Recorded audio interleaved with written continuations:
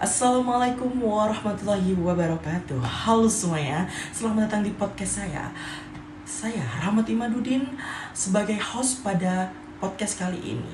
Oke, di podcast kali ini kita akan membahas mengenai sebuah topik nih yang cukup sensitif. Namun kita sebagai umat Islam perlu membahas topik ini.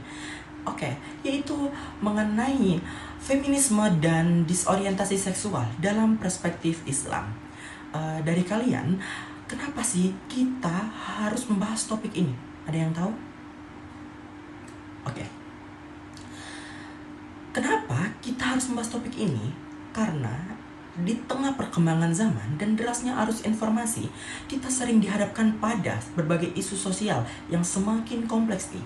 Nah, yaitu mengenai feminisme, peran perempuan, identitas gender, hingga disorientasi seksual. Semua ini menjadi topik besar yang harus dibicarakan dan seringkali menimbulkan perdebatan. Nah, di episode kali ini kita akan membahas mengenai isu-isu feminisme modern, fenomena disorientasi seksual, serta nilai-nilai ajaran Islam. Tidak hanya itu, di podcast kali ini kita akan mengupas tuntas solusi dan jalan keluar yang ditawarkan oleh Islam untuk pendekatan yang tidak menghakimi tetapi menuntut dan memberi arah. Siapkan diri kalian untuk mengikuti perbincangan mendalam ini. Let's go. Halo semuanya, selamat datang di podcast saya. Sebelum mulai podcastnya, boleh perkenalkan nama terlebih dahulu. Perkenalkan, nama saya Nafis Syawal dari Pendidikan Bahasa Arab. Saya Afif Ramadan dari Prodi Pendidikan Bahasa Arab juga. Saya Fajri Aulia Muhammad dari Prodi Pendidikan Bahasa Inggris. Perkenalkan, nama saya Raditya Firan Augiska dari Prodi Pendidikan Seni Pertunjukan. Oke, kita langsung ke pertanyaannya aja ya. Menurut Anda, apakah problematik terbesar yang muncul ketika feminisme modern bertemu dengan ajaran Islam? Kalau kita bicara tentang titik gesekan antara feminisme modern dan ajaran Islam, sebenarnya problematika terbesarnya muncul dari perbedaan paradigma dasar tentang konsep kebebasan, peran gender, dan struktur sosial. Feminisme modern, terutama gelombang ketiga dan keempat, banyak bertumpu pada prinsip otonomi individu dan kebebasan menentukan identitas, serta peran tanpa batasan yang bersifat normatif. Sementara dalam Islam, ada konsep yang sangat kuat tentang fitrah, batasan syariat, dan peran sosial yang tidak hanya dilihat dari sudut pandang individu, tetapi juga dari perspektif tanggung jawab moral dan struktur keluarga. Jadi, gesekan terbesar muncul ketika dua cara pandang ini bertemu. Pertama, soal definisi kebebasan. Feminisme modern sering menekankan bahwa kebebasan adalah memilih apapun selama tidak merugikan orang lain. Sementara Islam menempatkan kebebasan dalam kerangka aturan ilahi. Artinya, ada batas yang dipandang bukan sebagai pembatasan, tetapi sebagai penjaga kemaslahatan. Kedua, soal peran laki-laki dan perempuan. Feminisme mengupayakan kesetaraan absolut dalam sebuah bidang. Islam mengakui kesetaraan nilai dan martabat, tetapi juga menetapkan perbedaan fungsi yang dianggap bagian dari fitrah. Disinilah debat besar sering muncul. Apakah apakah perbedaan ini bentuk keadilan atau ketidaksetaraan? Ketiga, soal otoritas teks dan interpretasi. Dalam feminisme modern, narasi sangat cair, berubah mengikuti situasi sosial. Dalam Islam, ada teks-teks yang dipandang tetap, lalu ada ruang ijtihad. Untuk memahami konteks, perbedaan cara membaca realitas ini kadang membuat kedua pihak berbicara dalam bahasa nilai yang berbeda. Secara sederhana, problematika terbesarnya bukan tentang perempuan itu sendiri, tetapi tentang bagaimana kita memaknai peran, kebebasan, dan kehormatan menurut dua kerangka yang asal-usulnya berbeda. Dan sebenarnya, kalau dua pendekatan ini tidak saling memaksa, keduanya bisa berdialog. Banyak pemikir Muslim kontemporer mencoba menjelaskan bahwa Islam punya konsep keadilan gender sendiri, yang tidak selalu identik dengan feminisme, tapi tidak pula otomatis bertentangan. Jadi intinya, benturan terbesar terletak pada benturan paradigma, bukan pada perempuan sebagai subjeknya. Baik, menarik sekali nih mengenai penjelasan benturan antara feminisme dan modern dan ajaran Islamnya. Nah, berbicara tentang perbedaan cara pandang kita termasuk ke hal yang juga sering disalahpahami nih oleh masyarakat. Nah, menurut Anda, apakah bentuk salah paham yang paling banyak terjadi dalam masyarakat terkait isu-isu perempuan dan feminisme? Oke, menurut saya, problematika terbesar ketika feminisme modern bertemu dengan ajaran Islam terletak pada perbedaan dasar cara pandang tentang kesetaraan dan peran gender. Feminisme modern cenderung melihat kesetaraan sebagai kesetaraan peran, bahwa laki-laki dan perempuan idealnya bisa menjalani fungsi sosial yang sama tanpa batasan yang dianggap tradisional. Sementara Islam melihat kesetaraan dalam konteks kesetaraan nilai dan martabat, tetapi tetap mempertahankan pembedaan peran berdasarkan fitrah dan syariat. Ketegangan muncul ketika dua konsep keadilan itu saling berhadapan. Feminisme modern ingin meniadakan perbedaan peran karena dianggap konstruksi sosial. Sedangkan Islam memandang sebagian perbedaan sebagai ketetapan ilahi dan bagian dari keseimbangan sosial. Selain itu, ada faktor otoritas teks.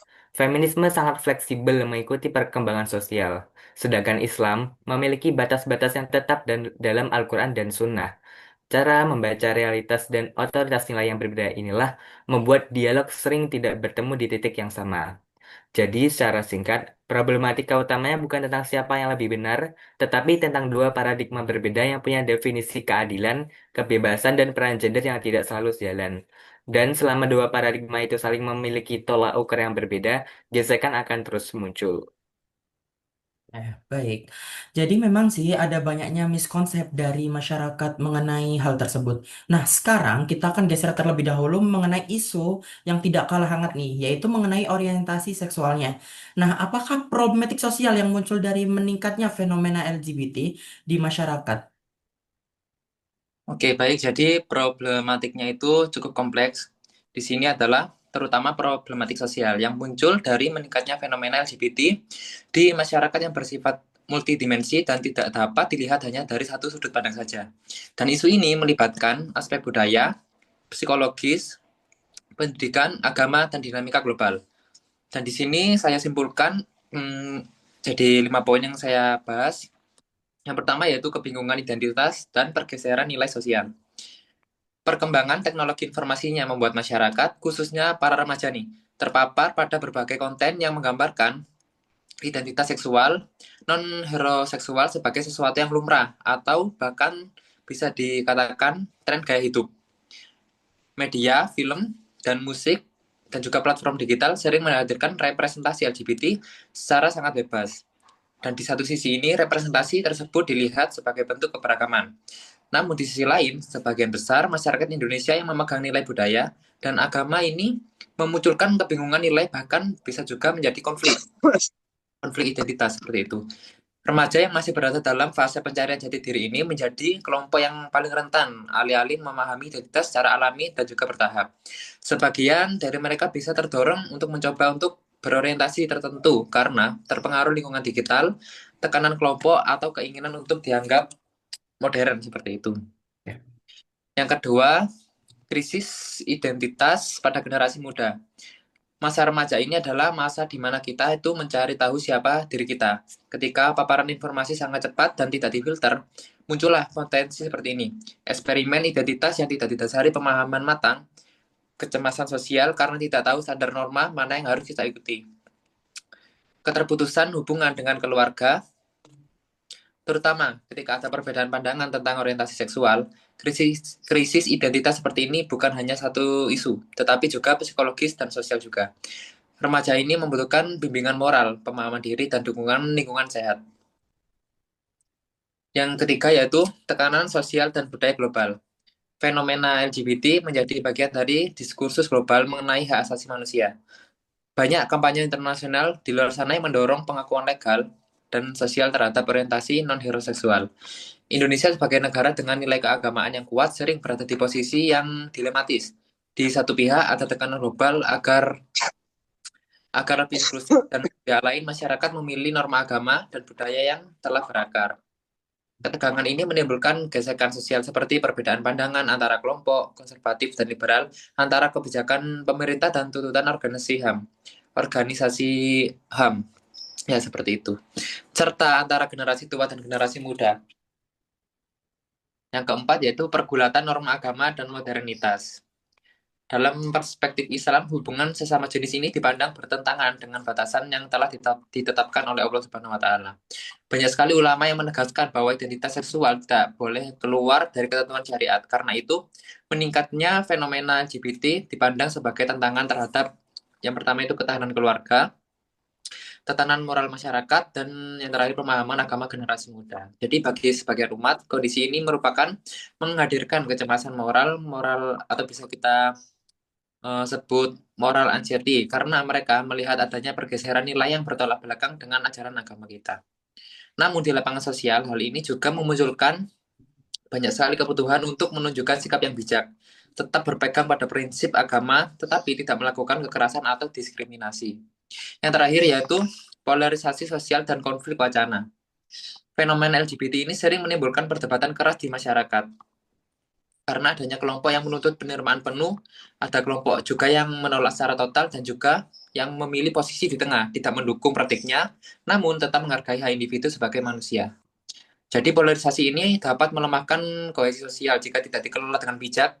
Perbedaan pandangan yang tidak dicairkan melalui dialog dapat menyebabkan stigma, diskriminasi, atau mungkin bahkan sampai konflik sosial, seperti itu. Baik, menarik sekali nih mengenai jawabannya, terutama soal tekanan budaya global nih. Nah, fenomena ini juga sering dikaitkan mengenai isu HAM modern. Nah, apakah problem lain muncul dari perbenturan antara perspektif HAM modern dan hukum Islam? Nah, jadi problematiknya yang muncul dari benturan antara perspektif HAM modern dan hukum Islam ini menjadi cukup kompleks dan terjadi di banyak sekali masyarakat muslim di luar sana. Jadi yang pertama itu munculnya kebingungan di kalangan masyarakat muslim ketika nilai-nilai HAM modern, terutama yang berkaitan dengan kebebasan orientasi seksual dan ekspresi gender sering juga dipasarkan sebagai standar moral universal. Media global maupun film hingga platform digital memperkuat narasi tersebut sehingga banyak sekali orang yang merasa nilai-nilai agamanya itu dipinggirkan atau bahkan dianggap tidak relevan. Dan benturan ini juga memengaruhi generasi muda. Remaja sering sekali berhadapan dengan dua sistem nilai yang berbeda. Di satu sisi, ajaran agama yang dipegang keluarga dan komunitas, dan di sisi lainnya, budaya digital yang sangat bebas kali ini, dan menekankan ekspresi diri tanpa batas. Jadi kita itu bebas bermedia sosial. Dan kondisi ini dapat menimbulkan kebingungan identitas, konflik batin, dan juga tekanan sosial karena merasa harus memiliki di antara dua harus nilai yang berbeda. Jadi, benturan antara perspektif HAM modern dan hukum Islam ini bukan hanya persoalan individu, tetapi juga mencakup nilai dinamika budaya global, tekanan sosial internasional, serta perbedaan kerangka moral yang mendasar. Tantangannya adalah bagaimana masyarakat menemukan titik tengah terhadap mempertahankan nilai agama ini dengan mengembangkan dunia modern secara bijak dan juga proporsional. Seperti itu. Jadi memang banyak sih faktor yang mempengaruhinya. Selain isu HAM global, media sosial juga memiliki dampak besar nih. Nah, seberapa besar sih media sosial berperan dalam menambahkan problematik feminisme dan disorientasi seksual itu? Jadi jawabannya itu sangat besar. Karena peranan media sosial dalam menambah problematika ini terkait feminisme dan disorientasi seksual memanglah sangat besar. Karena media sosial menjadi ruang terbuka yang menyebarkan berbagai ide, nilai, dan narasi dan seluruh dunia tanpa filter yang jelas. Jadi akibatnya itu masyarakat, terutama remaja nih, sering terpapar pada pandangan ekstrem ataupun pada level yang berlebihan, seperti itu. Jadi yang pertama itu, pada isu feminisme ini, media sosial sering memunculkan dua kutub yang sangat ekstrem. Bisa dibilang itu sangat ekstrem. Di satu sisi, ada konten yang memperjuangkan kesetaraan secara wajar. Namun di sisi lain, muncul narasi yang sangat radikal seperti perempuan yang tidak boleh tunduk pada aturan laki-laki dalam bentuk apapun. Dan juga terkadang disalah mengerti sebagai ajakan untuk menolak struktur keluarga atau nilai moral tertentu. Narasi seperti ini tidak selalu sesuai dengan konteks budaya maupun ajaran agama yang dianut masyarakat. Jadi, media sosial ini berperan sangat besar sekali dalam memperumit problematika feminisme dan diorientasi seksual, terutama karena penyebaran narasi yang sangat ekstrem, algoritma yang mempromosikan konten sensasional ini, serta lemahnya literasi digital di kalangan penggunaan muda. Tanpa pendampingan nilai agama maupun keluarga, dan pendidikan yang sangat kuat. Media sosial dapat menjadi sumber kebingungan di identitas yang rentan di kalangan para remaja terutama, dan ketidakstabilan nilai moral dalam masyarakat juga. Baik. Sebelum kita masuk ke segmen solusi, saya ingin bertanya terakhir nih. Sekarang ini kan banyak ya laki-laki di zaman sekarang maupun di lingkungan kita yang memakai baju yang biasanya dianggap pakaian perempuan nih. Dan ketika diingatkan, alasannya tuh selalu ini cuma fashion kok, Eh, atau fashion itu nggak mandang gender nih. Nah, sebenarnya bagaimana sih kita harus memandang fenomena ini? Boleh dijawab salah satu dari sini?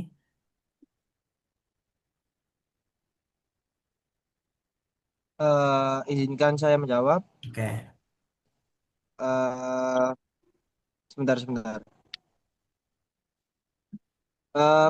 Fenomena laki-laki memakai pakaian secara tradisional dianggap sebagai pakaian perempuan sebenarnya bukan hal yang sepenuhnya baru. Dunia fashion dari dulu memang punya karakter yang sangat dinamis dan sering melampaui batas gender. Sekarang, tren ini semakin terlihat karena media sosial membuat gaya berpakaian lebih bebas diekspresikan. Namun, ada dua hal yang penting untuk dipahami. Yang pertama, fashion memang bagian dari ekspresi diri dan setiap orang punya hak untuk memakai apa yang membuat mereka nyaman. Bagi sebagian orang, memakai pakaian lintas gender bukan berarti ingin melawan norma, tapi hanya merasa cocok dengan gaya tersebut. Dunia fashion juga sudah lama mengenal konsep genderless fashion atau unisex. Kedua, masyarakat juga punya budaya dan norma yang berkembang secara bertahap. Jadi wajar kalau masih ada orang yang bingung atau bertanya-tanya ketika melihat laki-laki memakai baju perempuan. Tidak semuanya berarti menolak, kadang hanya karena belum terbiasa. Yang paling penting adalah bagaimana kita melihat fenomena ini dengan kepala dingin, bukan langsung menghakimi, tapi juga bukan memaksa orang untuk setuju. Di ruang publik, saling menghargai tetap jadi kunci. Kalau seseorang memiliki gaya tertentu, selama tidak merugikan orang lain, itu adalah bagian dari kebebasan personalnya. Jadi kalau ditanya apakah fashion memandang gender, jawabannya dunia fashion sedang bergerak ke arah yang lebih bebas, tapi penerimaan masyarakat tetap butuh proses. Tugas kita adalah memahami perbedaan dan tetap menjaga sikap yang saling menghormati. Oke. Seperti itu.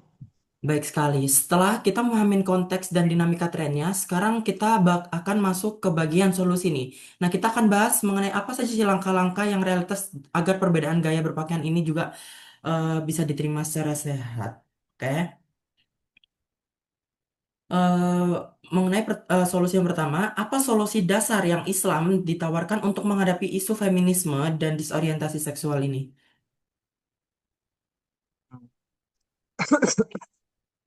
Jadi begini, solusi mendasar yang ditawarkan Islam itu kuncinya hanya satu, yaitu kembali kepada konsep fitrah. Fitrah itu bukan sekedar kodrat, tapi cetakan asli atau esensi keberadaan manusia yang sudah Allah setting sejak awal. Semua solusi Islam berakar dari sini. Yang pertama, menghadapi isu feminisme. Dalam konteks feminisme, Islam mengakui sepenuhnya kesetaraan derajat antara laki-laki dan perempuan. Ini penting digarisbawahi. Keduanya mulia, berharga, dan bertanggung jawab sebagai hamba Allah. Derajat kemanusiaan mereka di mata Sang Pencipta itu setara. Namun yang sering disalahpahami yaitu adalah soal perbedaan fungsi.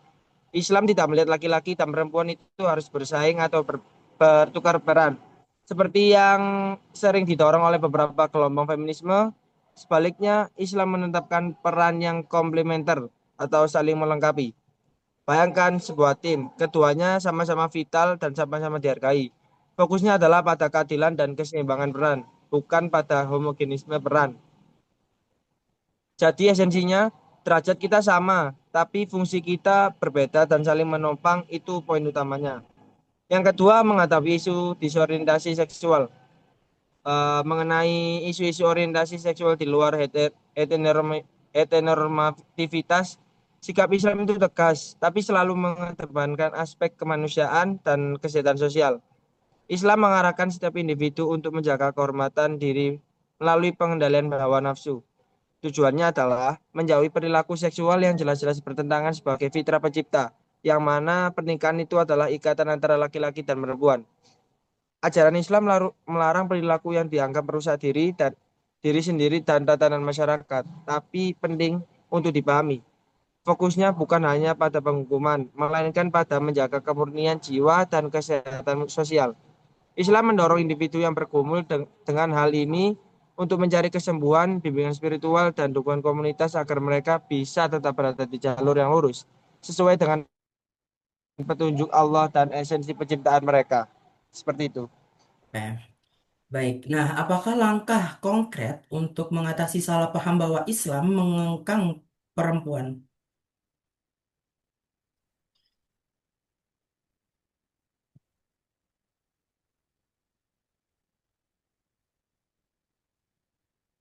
Eh,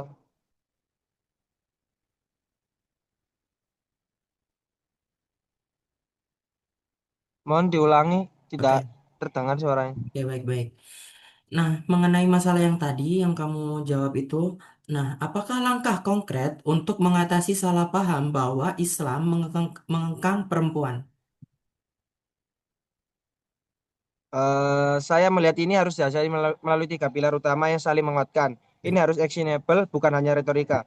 Yang pertama, pilar pertama, edukasi otentik.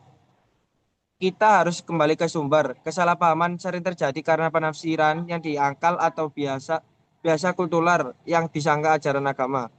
Kita perlu menyebarkan pemahaman ayat Al-Quran dan hadis yang benar mengenai kesetaraan, hak waris, hak pendidikan, dan hak berpendapat perempuan.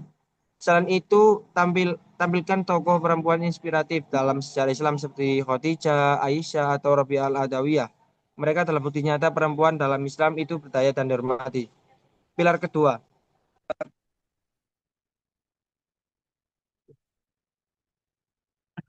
Dek mana, dek mana dek? Tiba-tiba hilang.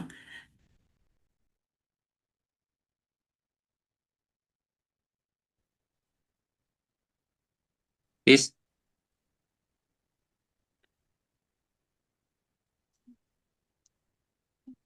halo. Halo, halo. ulang-ulang. Mohon maaf, bisa saya ulangi. Ah, ya, ya, bisa, bisa. Untuk pilar keduanya adalah komunikasi progresif di era digital. Bentar, bentar. Pilar kedua, komunikasi progresif di era digital.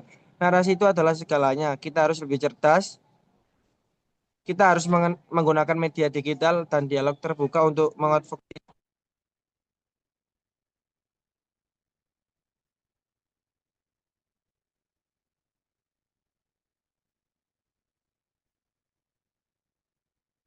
Ngelag gak sih dek? Ngelek kok ya, hari. Mm-mm. Review UM ya.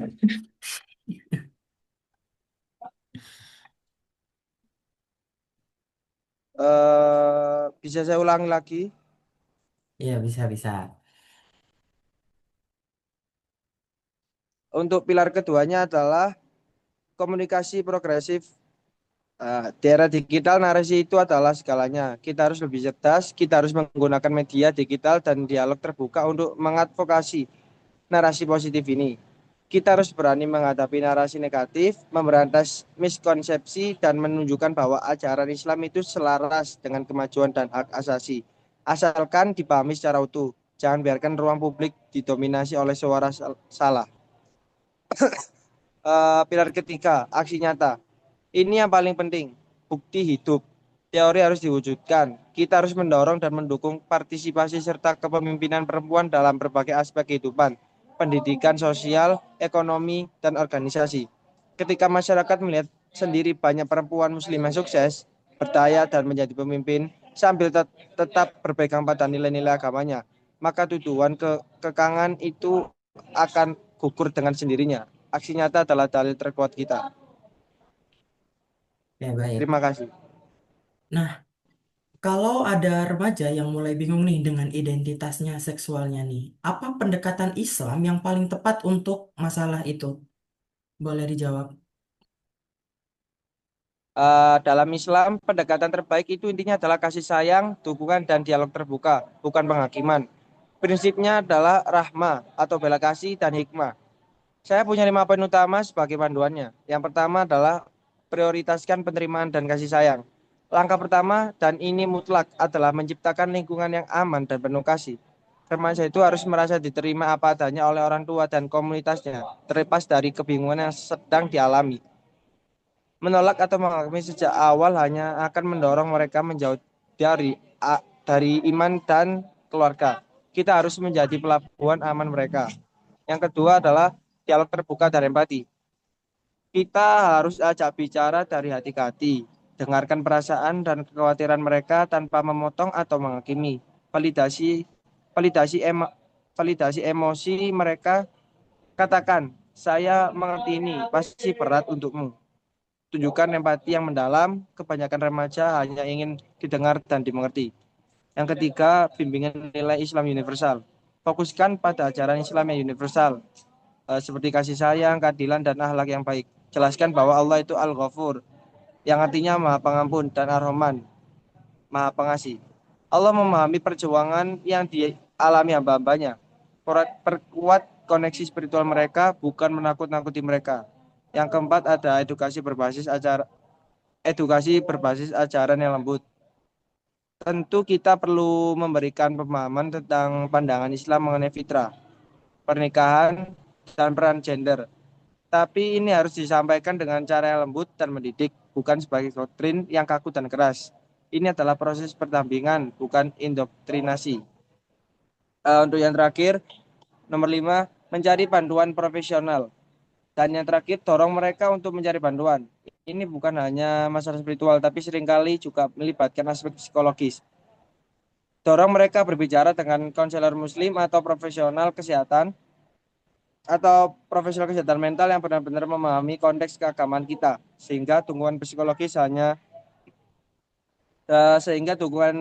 yang diberikan tepat sasaran. Intinya tujuan kita adalah membantu remaja menavigasi kebingungannya sambil tetap merasa terhubung dengan iman dan komunitas mereka. Ini adalah ujian belas kasih kita sebagai muslim. Seperti itu. Baik, Em, saya lanjut. Bagaimana peran keluarga dalam menawarkan solusi terhadap dua isu besar ini? Ya, jadi keluarga itu adalah benteng pertama dan paling penting dalam membentuk cara berpikir anak. Sebelum mereka mengenal lingkungan luar yang penuh dengan berbagai pengaruh. Oleh karena itu, peran keluarga tidak hanya sebatas memberikan tempat tinggal, tetapi juga memberikan fondasi nilai dan karakter. Jadi ada beberapa solusi yang bisa Benar, menanggapi pertanyaan tersebut aja ya. apa? Yang pertama yaitu orang tua perlu menanamkan kebiasaan berdialog sejak dini, bukan hanya menasihati, tetapi mendengarkan keluh kesah, cerita, dan kebingungan anak. Dengan komunikasi yang sehat, anak akan merasa nyaman untuk bertanya ketika menghadapi isu seperti feminisme ekstrim atau disorientasi seksual, tanpa harus mencari jawaban dari sumber yang tidak tepat. Lalu, yang kedua, pendidikan agama sejak dini dengan pendekatan lembut dan relevan. Jadi ajaran agama perlu disampaikan dengan cara yang hangat, bertahap, dan disesuaikan dengan usia anak. Bukan paksaan, tetapi penjelasan yang membuat anak mengerti makna dan tujuan aturan agama. Ketika anak memahami nilai-nilai Islam secara logis dan hati mereka ikut terlibat, mereka akan lebih mudah memilah mana budaya yang baik dan mana yang dapat merusak fitrah. Lalu solusi yang terakhir, membangun rumah yang aman secara emosional. Anak yang merasa diterima, dihargai, dan dipahami oleh keluarganya tidak akan mudah terpengaruh oleh lingkungan luar. Rumah harus menjadi tempat mereka pulang untuk mendapatkan ketenangan, bukan tekanan. Dengan kestabilan emosional itu, mereka akan lebih kuat menghadapi ide-ide yang bertentangan dengan nilai yang mereka anut. Ya, baik. Terus apa sih yang harus dilakukan institusi pendidikan dan dakwah mengenai masalah tersebut? Ya, jadi sekolah, kampus, dan lembaga dakwah memiliki peran besar dalam membentuk pola pikir generasi muda. Mereka bukan hanya tempat pendidikan akademik, tetapi juga lingkungan pembinaan karakter dan spiritual. Ya, jadi ada beberapa solusi. Yang pertama yaitu kurikulum yang relevan dan kontekstual. Materi pembelajaran tentang agama dan moralitas harus berbicara tentang realitas hari ini, bukan hanya teori masa lalu. Siswa perlu diajak memahami bagaimana Islam memandang isu gender, kesetaraan hak, peran keluarga, dan fenomena sosial modern, sehingga mereka tidak mencari penjelasan dari narasi yang menyimpang. Lalu harus diadakannya workshop literasi digital. Era digital membuat informasi sangat mudah diakses, tetapi tidak semuanya benar. Workshop atau kelas literasi digital dapat mengajarkan bagaimana memilih sumber yang kredibel, mengenali propaganda, dan menggunakan media dengan bijak. Lalu solusi yang terakhir, diskusi terbuka tentang gender, seksualitas, dan peran sosial dalam Islam. Banyak remaja bingung karena mereka hanya mendengar larangan, tetapi tidak pernah diajak memahami makna dan hikmahnya. Dengan sesi diskusi yang sehat, mereka bisa bertanya tanpa dihakimi dan mengerti posisi Islam secara utuh, bukan hanya dari potongan-potongan konten. Oke, baik. Sebelum kita ke segmen penutup, saya mau bertanya mengenai satu solusi yang tadi membahas mengenai pakaian. Nah, dari masalah tersebut, apa sih solusi dari masalah bagaimana kita sebagai masyarakat bisa menyikapi tren laki-laki yang memakai pakaian perempuan tanpa saling menghakimi? Mohon dijawab. Oke. Jadi untuk menyikapi tren fashion lintas gender, hal pertama yang perlu kita lakukan adalah membangun sikap saling menghargai.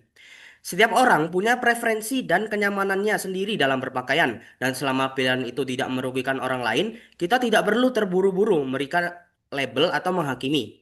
Kita juga perlu memahami bahwa fashion tidak selalu mencerminkan identitas seseorang. Ada yang sekedar mengikuti tren, ada yang ingin bereksplorasi, dan ada yang hanya merasa cocok. Jika kita merasa tidak terbiasa dengan gaya ini, itu wajar. Tapi cara menyampaikan pendapat tetap harus sopan dan tidak menyinggung. Selain itu, penting bagi kita untuk terus mengedukasi diri tentang perubahan sosial.